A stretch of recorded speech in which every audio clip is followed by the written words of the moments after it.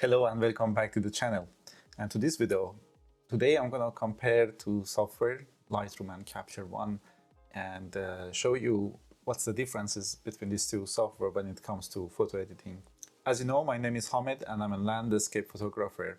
I have been using Lightroom and Capture One for many years now, and I have a good understanding of both software. So in this video, I decided to compare these two apps and give you 5 points or 5 advantages of using each of them.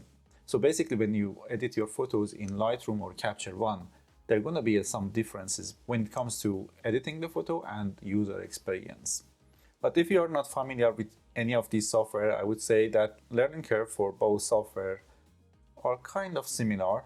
They are easy to understand, easy to learn, and there are tons of resources and videos to learn from.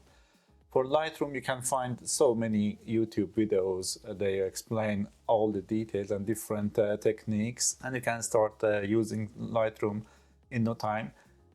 When it comes to Capture One, they have a great and big resource library. They call it Resource Hub. And even in the software, if you hover your mouse over any of tools, you will get some information and sometimes short video explaining the tool.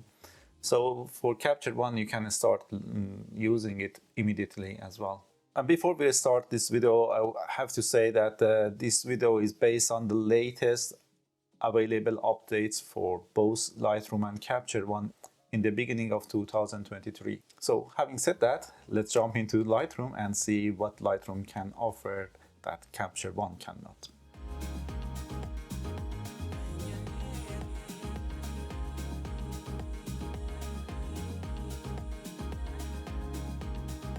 The first thing in Lightroom is one of the biggest things, I guess, is auto mask. And with auto mask, you can select subject and the sky. You can open an image, click on this mask button and select the sky. Or if you have people in the image, it can recognize people and it will automatically create a mask for each person in the image. So if it is a group image, you will get mask for each of them. When you create a mask for one person, you can also create a mask for different part of the body. So it will give you a very, very fast and quick and accurate mask in 90% of the time that you can work with, and it will speed up your edit if you are a portrait or wedding photographer. When it comes to landscape, most of the time the sky selection is the way to go. And object selection sometimes works, sometimes not. Speaking of masks, Lightroom also has this color range mask, which kind of missing in Capture One. There is another tool that I will talk about, but it's not a huge difference, I would say. Number 2. You can duplicate mask in Lightroom with all the adjustments that you have done for that specific mask. This is very handy, and we have been asking for this in Capture One community for a couple of years now, and we haven't got it yet. I mean, I guess it's because of the difference between the two, the basics of the two software. Maybe it's not as easy to implement that in Capture One. Basically, if you have a mask like this here, and you change some parameters to this and create a certain look for this specific mask, and you want to apply the same thing to another part of the image, you can right click on the mask and select duplicate. Then you move the new mask with all the adjustment attached to it to the second part without having to do all of these all again. But I have to say that in Capture One you can duplicate masks, but you cannot or you can copy mask from one layer to another, which I will talk about, but you cannot, it won't carry on all the settings.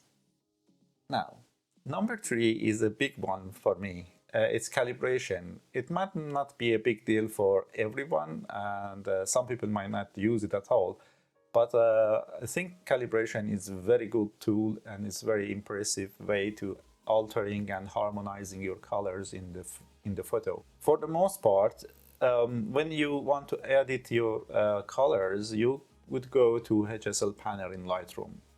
To select a specific color, and change the hue, saturation, or brightness of that specific color. So all the pixels they have that color, they will affect it. But in calibration, it's a little bit different. We have three primary colors: red, green, and blue. And you can think of calibration as a color wheel. So all colors are sitting on the color wheel. And if you change one part of the color wheel, if you rotate it, if you expand it, you will affect the other part. If you grab and stretch one part, it will grab and stretch the other part as well. It comes with it.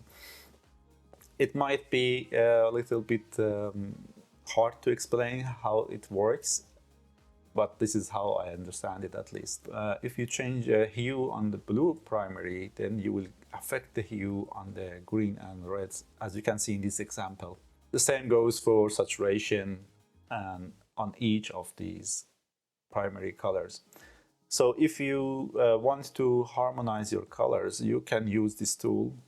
As you can see in this example, I removed this, I harmonized the colors, so greens and yellows are coming together a little bit more, removing some of the purple tints it was reflected in the image, in the sky and the rocks, and it created more harmonized colors. Number 4, deghosting. When it comes to merging several photos to create HDR image, different exposures from one scene, if there is something in the image, in the scene, that moves between these exposures, will create some artifact in your image. The common example is clouds and waves, because they move all the time.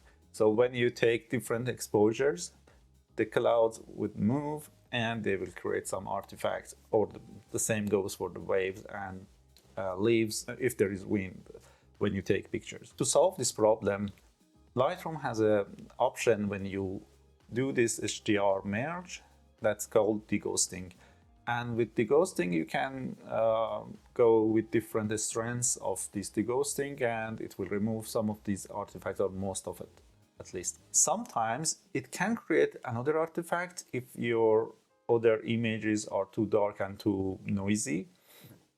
But if you solve the noise problem, then it's gonna give you a very good result.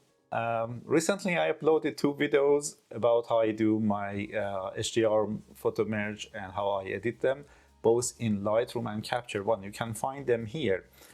And as you can see in those videos, I showed exactly how the deghosting works and how it will affect the image. So if you are interested in learning that technique and see how I do my photo merge and creating HDR image in a natural look, so please check them out.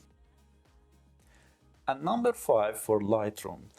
When you send photos from Lightroom to edit them in Photoshop, if you want to stack them together, let's say you want to do focus stacking, then you have different exposures from one scene, the same scene that you have done focus on different part of the image, and it changed through these different exposures. Then you will bring them all together in Photoshop and you put them on top of each other in one document as layers, and then you will mask the areas that they are not in focus in each of them, and use the part from the other photo that it was in focus. In that case, when you send photos from Lightroom to Photoshop, you can choose that you export them as layers in one document in Photoshop. You are also able to send photos from Capture One to Lightroom to do the same thing, but the only difference is when you do it from Capture One, it doesn't create layers. It will open each picture as its own document. Then you have to do it manually to bring them all together in one place, in one document, and then do the rest. So it's only one extra step that you have to take, and depends how many images you want to send. It might be not a big deal if you have only 2-3 different exposures, but if you have, let's say, 18 photos, then it's gonna be a little bit of pain to do that manually. There is an automatic way of doing that in Photoshop as well, which will help. It's also true when you send pictures from Lightroom to Photoshop as a smart object, that you have that option, but you don't have this option in Capture One. And why would you send pictures to Photoshop as a smart object, you might ask? Well, if you want to have access to the raw data and go back and change your settings, that's a good way to do it. Then you can go back in the smart object and open your raw image and adjust a few sliders, and your edit in Photoshop is intact. This is totally makes sense because Lightroom and Photoshop are made by the same company, Adobe, and they are sister apps, so that totally makes sense, right? But at least you have this option to send photos to Photoshop from Capture One. Now, these are 5 things that for me they are the most important differences from and advantages of using Lightroom over Capture One. But there are other small differences as well, which are, to me, it's not a big deal or deal breaker at all. One of them would be history and snapshots. In Lightroom, if you open a document or a photo that you have edited years ago, if you have saved the history and the snapshot, took some snapshots, you still have them, and you can go back to different steps in your edit and change that. The other differences are like blending and balance sliders in color grading tool, that you can change the relationship between midtones and shadows, and how this your color grade affect the image. As I said, it's not a big deal. Lightroom also has this map module, slideshow module, book module that I never use, and they are not affecting my day-to-day photo editing, so I'm not gonna mention that in these 5 differences that Lightroom has advantage over Capture One. Okay, so far, if you have enjoyed this video and it was insightful, please hit the like button and subscribe and hit the bell notification. That would be appreciated as well. So let's jump to Capture One and see what Capture One has to offer if you are not familiar with that software.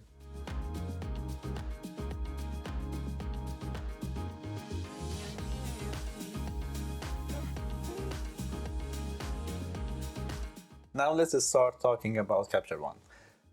To be honest, the list of the things that Capture One has to offer over the Lightroom was a little bit more than 5, but I am trying to fit it in that to make this comparison fair. But of course, I will give you a hint of what those are in the end. So, number 1 for Capture One is layers. And that's a big thing. In my opinion, layers in Capture One is the strength of this software. When it comes to editing your photo, you don't have to touch the raw file at all. You can create the layer, fill it with the mask, do your global adjustment in that layer. You can call it global. And then you can create another layer and select some part of the image and do your local adjustment to that one. You can create different layers for different tools and call it specifically for that tool that you used. And the good thing about layers in Capture One is that not like Lightroom that you are limited to certain tools that you have in Mask. In Capture One, when you create a layer, you have access to almost all the tools. And you can see which one of those are included if you see this small brush icon next to the name of that tool, including curves and levels and color gradings. So you can select some part of the image and use all the color grading tools that you have to change the colors and affect the colors in that selection. Or you can apply curve to that selection. Let's say you create a mask for a sky and you want to apply some curve to it. You cannot do that in Lightroom, but you can do it easily in Capture One. Number 2. I remember when I was started with Capture One, one of my frustration with Capture One was importing images to Capture One. It felt so slow and a little bit laggy. And now, with the latest updates of Capture One, it's become much faster than Lightroom. This is something they call it culling and grouping. Now Capture One uses already built previews for each image that your camera did it when you took the pictures. So it's free to use, and then you can very fast look at your images. You can zoom in, check if they are in focus or not, and select the ones that you want to import or you don't want to import. Or if you want to rate them or give them some color codes, then you can do it right away in the import. It's very fast. You can assign some shortcuts to make it even faster for you. Also, it can put your images in groups based on the content. If they are similar to each other, it will put them in the same group, and then you can only go through that group to see which one of these images worth importing and which one not. And then you can move with your shortcut with the arrow keys to the next group and evaluate that group. And you can adjust the similarity slider to make the group smaller or to make the groups bigger. And the good thing is now this tool is not only available when you import your photos. When you are in the software, you have already imported them, you still have access to that tool. If you click on this small call button in this corner, and if you can't see it, you can add it easily to your UI. And again, you have access to all of these beautiful options. Number 3, speed edit. You can assign shortcuts to almost every slider that you want to alter, and when you are editing your photos, you don't have to go to the site to find the sliders and change them. You can hold the corresponding key on the keyboard, and by click your mouse and move it, drag it to the left or right, you will adjust the parameter that you want it to change. Let's say you want to reduce the exposure, increase the contrast, change the highlights and shadows. They all have their own shortcuts, and you can change it if you want. You can also change the white balance, dehaze, clarity, and so on. I'm using this speed edit every day when I'm editing my photos. It really speeds up my workflow.